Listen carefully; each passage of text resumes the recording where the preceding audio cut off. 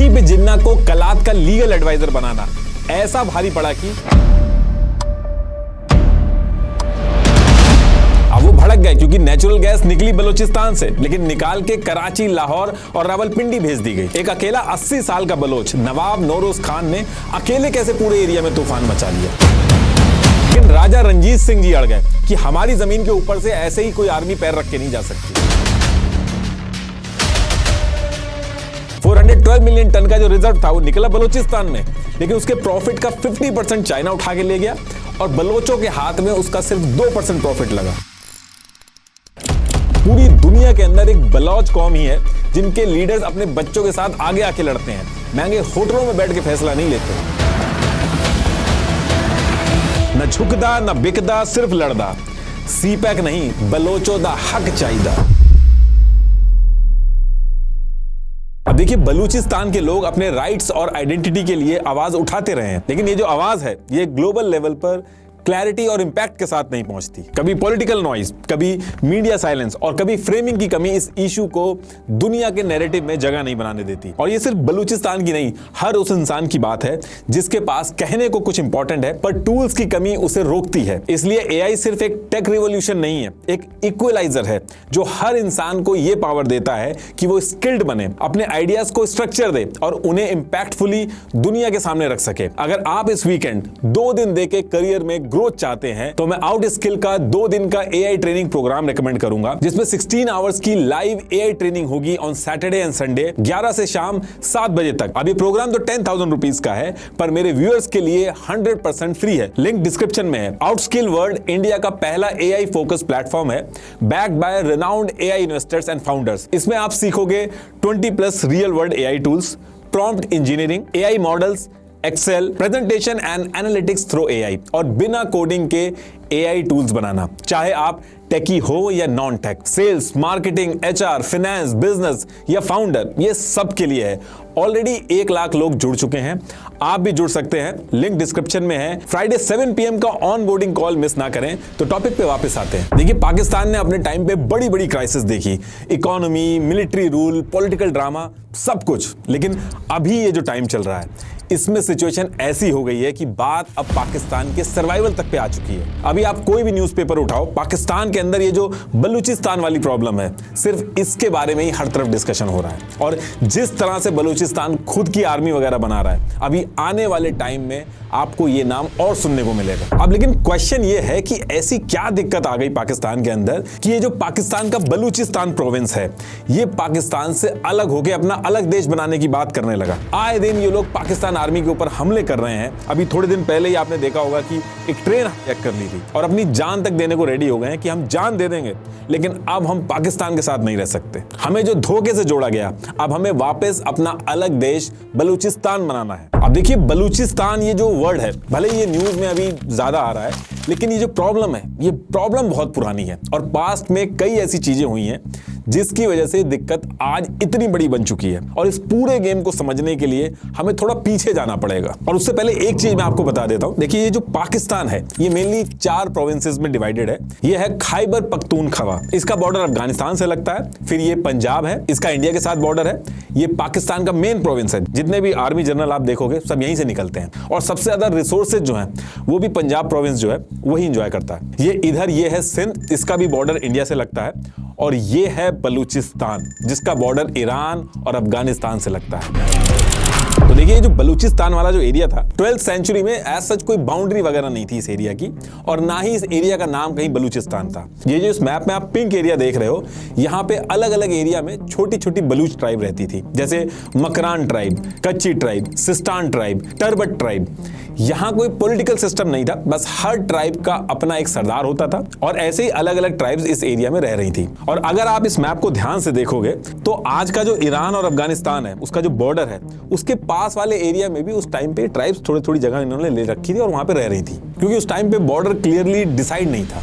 अब होता क्या है कि जब ये ट्राइब्स इस एरिया में रह रही थी तो इनके बीच में एक मीर जलाल खान नाम का एक आदमी बहुत फेमस था। तो इसी पर्टिकुलर टाइम पे मीर जलाल ने कहा कि देखिए, हम अलग अलग जो रह रहे हैं उससे बेटर है कि हम साथ में मिलकर रहें, जिससे अगर कोई मुसीबत आए तो हम एकजुट होकर रहेंगे और एक दूसरे की मदद कर पाएंगे। तो मीर जलाल ने क्या किया, इस एरिया में 44 ट्राइब से जाके बात की और सबको इकट्ठा करके एक अलायंस बनाया। ये पहली बार था जब इस एरिया के अंदर ये ट्राइब्स एकजुट हुई। ये कोई नई कंट्री नहीं बनाई थी इन्होंने, बल्कि एक मॉडल सा बना लिया था जिसमें सब कुछ पहले की तरह ही चल रहा था। सरदार जैसे पहले अपनी अपनी ट्राइब्स को संभालते थे वैसे ही संभाल रहे थे, बस फर्क इतना था कि 44 ट्राइब्स ने एक अलायंस बनाकर एकजुट होने का डिसीजन कर लिया था, जिसको मीर जलाल जो है वो लीड कर रहे थे। और यही जो अलायंस बनाने वाला जो डिसीजन था, यही इसी टाइम पे बलूचिस्तान बनाने की जो नींव थी इसी टाइम पे रख दी गई थी। इसलिए आप देखोगे आज की डेट में भी लोग मीर जलाल खान को फाउंडिंग फादर मानते हैं बलूच कम्युनिटी का। इनकी इंपॉर्टेंस आप इससे समझ सकते हो कि मीर जलाल खान के जो बच्चे थे, जैसे रिंड,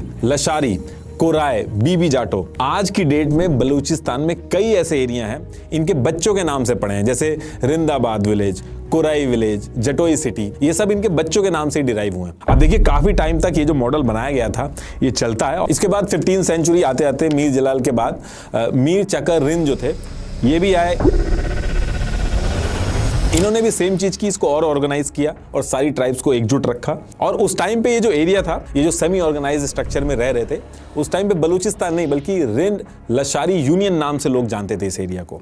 अब होता क्या है कि ये ट्राइब मिलजुल के तो रह रही थी, लेकिन ईयर 1666 जब आया तो इधर ईरान में सफाविद अंपायर बहुत बड़ा बनता जा रहा था। वहीं दूसरी तरफ देखोगे तो आप मुगल अंपायर था। तो क्योंकि ये दोनों बड़े बड़े अंपायर जो थे वो अगल बगल ही थे, तो इससे जो बलूच ट्राइब्स थी जो बीच में यहाँ रह रही थी, उनके ऊपर टाइम टू टाइम बहुत ज्यादा प्रेशर रहता था। तो ये सारा जो प्रेशर इन पे डेवलप हो रहा था, इसको लेके इनको लगा कि इनको अपने आप को प्रोटेक्ट करने के लिए एक सिस्टम बनाने की जरूरत है। इन्होंने अपने आसपास के अंपायर्स को देखा कि वो कैसे काम कर रहे हैं, उन्हीं से इंस्पायर होकर खुद भी एक सेंट्रल अथॉरिटी बनाना स्टार्ट किया। जैसे बाकी एम्पायर्स काम कर रहे थे, कुछ उसी से मिलता जुलता स्ट्रक्चर बनाने का स्टार्ट किया। तो ये जो सारी ट्राइब्स इस एरिया में रह रही थी, इन्हीं सारी ट्राइब्स के बीच में एक और ट्राइब थी जिसका नाम था अहमद जाई ब्राहुआ ट्राइब। ये मैप में जो आप कलात नाम से जो एरिया देख रहे हो, इसी एरिया में ट्राइब थी और इस ट्राइब के अंदर एक आदमी था मीर अहमद खान। तो जब सेंट्रल अथॉरिटी बनाने की बात चल रही थी तो सारी ट्राइब्स ने मिलकर मीर अहमद खान को खान ऑफ कलात बना दिया। अब ये खान ऑफ कलात क्या है, जैसे बादशाह हेड ऑफ द स्टेट होता है, ठीक उसी तरीके से इन्होंने उसको नाम दिया खान ऑफ कलात, कि मतलब यही लीड करेंगे। अब देखिए यहाँ पे एक चीज ये ध्यान रखने वाली है कि ये जो सारी ट्राइब्स थी, इन्होंने खान ऑफ कलात तो बना दिया था मीर अहमद खान को, लेकिन कुछ ट्राइब्स जो थी उनके जो सरदार थे उन्होंने कहा कि हम खान ऑफ कलात मान तो रहे हैं आपको, लेकिन हमारी जो ट्राइब है, हमारा जो एरिया है, वहां उसको हम खुद मैनेज करेंगे। तो इस वजह से ये जो मैप में आप ये डार्क ग्रीन एरिया देख रहे हो, इसको खान ऑफ कलात यानी कि मीर अहमद ये डायरेक्टली रूल कर रहे थे, और जो लाइट ग्रीन एरिया है इसको खान ऑफ कलात ने इनडायरेक्टली रूल किया। और ये जो पूरा ग्रीन एरिया, चाहे वो लाइट ग्रीन है या फिर डार्क ग्रीन है, इस पूरे एरिया को कहा गया खानेत ऑफ कलात। आगे चल के यही खानेत ऑफ कलात बलूचिस्तान बनेगा। तो जब भी कलात स्टेट या खानेत ऑफ कलात की बात हो तो आप समझ जाना कि इस पूरे जो लाइट और डार्क ग्रीन ये जो एरिया है पूरा, इसकी बात हो रही है। जब ये खानेत ऑफ कलात एक प्रॉपर सिस्टम बना तो लॉ, ट्रेड, मिलिट्री सारा सेटअप बनाया गया और फिर काफी टाइम तक ये सिस्टम चला। और फिर धीरे धीरे करके जब ईयर 1749 आया और मीर अहमद खान के बाद इनके पोते मीर नासिर खान ये बनते हैं खान ऑफ कलात। बलोच जो हैं वो इस टाइम को गोल्डन पीरियड मानते हैं।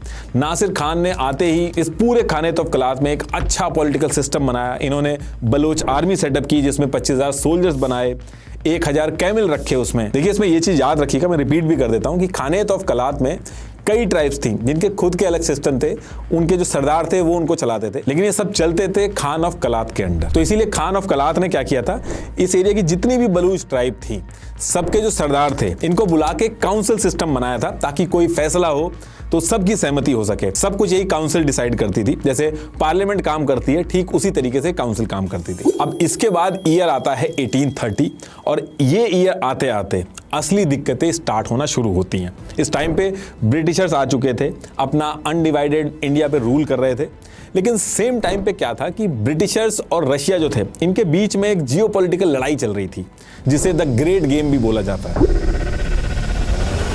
तो ये जो सेंट्रल एशिया का एरिया आप देख रहे हो, जिसमें कजाकिस्तान, उज्बेकिस्तान, तुर्कमेनिस्तान, ये पूरा सेंट्रल एशिया बहुत ही इंपॉर्टेंट एरिया माना जाता था। सारे important trade route, silk route, economic activity सब कुछ यहीं से होती थी। और इस सेंट्रल एशिया के अंदर किसी भी एम्पायर और मिलिट्री की प्रेजेंस अगर हो जाए तो एक बहुत बड़ा स्ट्रेटेजिक एडवांटेज मिलता था इससे। तो रशिया ने क्या किया कि धीरे धीरे करके सेंट्रल एशिया के कजाकिस्तान, उज्बेकिस्तान, इन पे कब्जा करके अपना जो एम्पायर था उसको एक्सपेंड कर लिया था। और इसके साथ साथ वो अफगानिस्तान की तरफ भी बढ़ रहे थे। इसके लिए इन्होंने ईयर 1837 में अफगानिस्तान के अंदर अपने डिप्लोमेट कैप्टन इवान को भी भेजा था। अफगानिस्तान के जो रूलर थे उस टाइम के, दोस्त मोहम्मद खान, इनसे बात स्टार्ट कर दी थी।